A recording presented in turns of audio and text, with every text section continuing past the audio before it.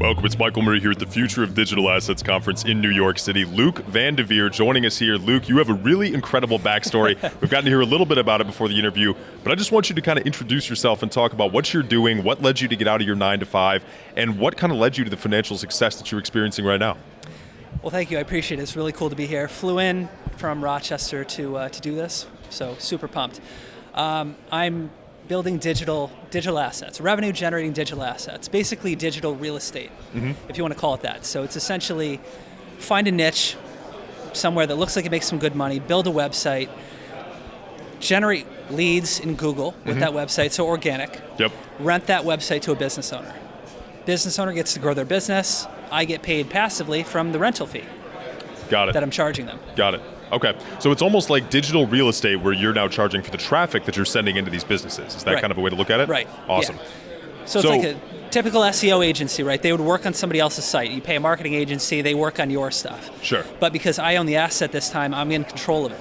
Interesting. So it gives me the power to do what I want, be flexible, passive for me because I don't have to do a lot of work and it's not continuous. To get it there once and then get paid continuously. Got it. So talk a little bit about how you started a business then. You know, you generated all of this excess income. You wanted to avoid the taxes right. or start finding a way to keep more of this money. How did that kind of play out and what were the next steps for you to get there?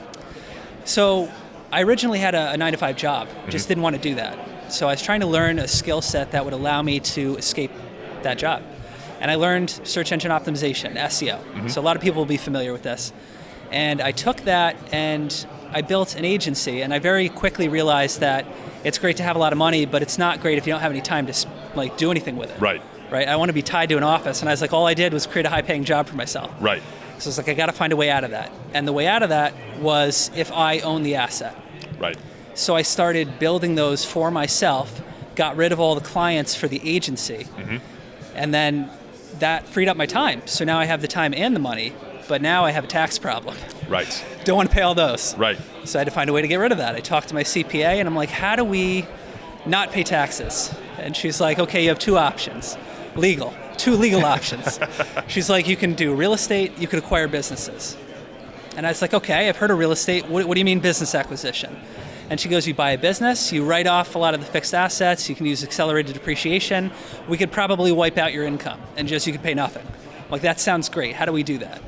Just started looking at businesses and I ended up buying one and I put my brother in as the owner-operator and gave him 50% equity in the company so that I could keep my half passive and be out of it. Got it. Understood. So now that you're at this point then, what is the opportunity with real estate? So are you going to move into the real estate space and continue to write off taxes, or what's the next opportunity look like from here?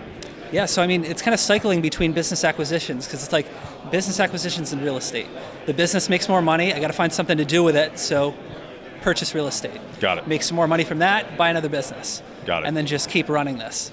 And Understood. use it to eliminate the taxes in the meantime, or as low as possible anyways. Got it. Now, I know you do coaching for this, but before we talk about how to get in touch with you and all that, how can somebody else not just maybe replicate your model or do what you're doing, but how does somebody get into this space? And more importantly, what's the mindset of getting out of the 9-to-5, getting out of being tied to an office, creating that financial freedom where now you have the time to run your day the way you want to run it? You have passive generating income assets, digital real estate that you own. How do you replicate that mindset and get yourself into the space where you can do what you're doing right now? You have to be willing to do stuff that other people are telling you isn't normal. Yeah. Like our society tells us that we're supposed to get a job, we go to school, we work forever, we eventually retire. Yeah. I've never subscribed to that, and everybody in my life subscribes to that. So it's tough because they're telling you, oh, it's not going to work, all this stuff. You have to be strong enough mentally to be like, I'm going to do it my way, and it should be fine with you if you're close to me, right?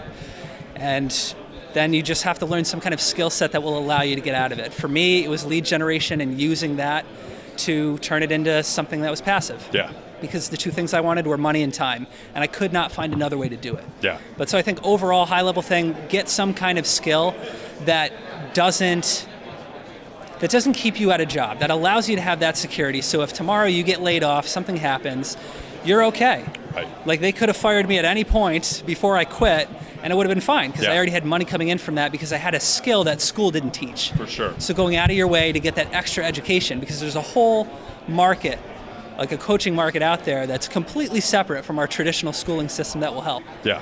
And then you can find a community of people that are like-minded that will help you get there. For sure. And then so now that's what you're doing too, right? What does the coaching look like for you? How do you train people up to do what you're doing? What does that process look like?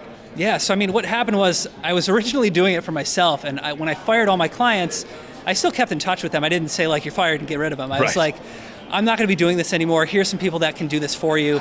It just won't be me. Sure. But keep in touch. And they watched me do this, and a lot of them came back and said, how do I do this too? And I was like, I mean, I guess I could teach you. Yeah. So I started going one-on-one and created another job for myself. And I was like, how many times am I going to do this? Yeah. So then I eventually figured it out. All right, I can't do this one-on-one. I can do it as a group.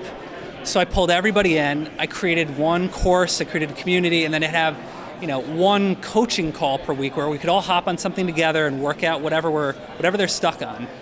But it didn't require me to be having the same conversation 75 times a week. Right. That makes sense. So it's like, okay, this I can do. And I really like helping people do it because it doesn't feel exactly the same as when I quit, Sure. but it feels pretty damn close. Sure. So I really like helping people win. And when they're in there doing that, oh God, it feels good. That's awesome. So I've just been helping people do the same thing I did, whether it's they want to quit their 9-to-5 and use it to do it, or they want to generate leads for the business to use it to grow, or just create some freedom. That's great. Well, congratulations on the success. Congrats on the coaching, too. Thank it's you, awesome to see you leading other people down this path. How do you get in touch and learn more? How do you get started with you? So there's two websites. LukeVanderveer.com is kind of my branded site, and then also websiterentalcoaching.com.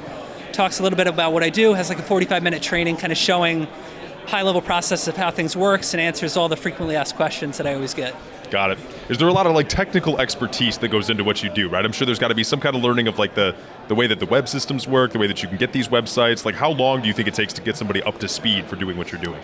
Oh man, tough question because it's like some people will come in and just blast through everything in like 4 days. That's kind of how I am, like turn on the fire hose and bring it on. Yeah.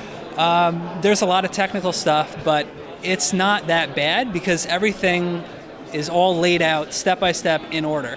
Like you have to remember, I'm not a technical person. I came Sure. from an HR background, completely nothing to do with this. Yeah.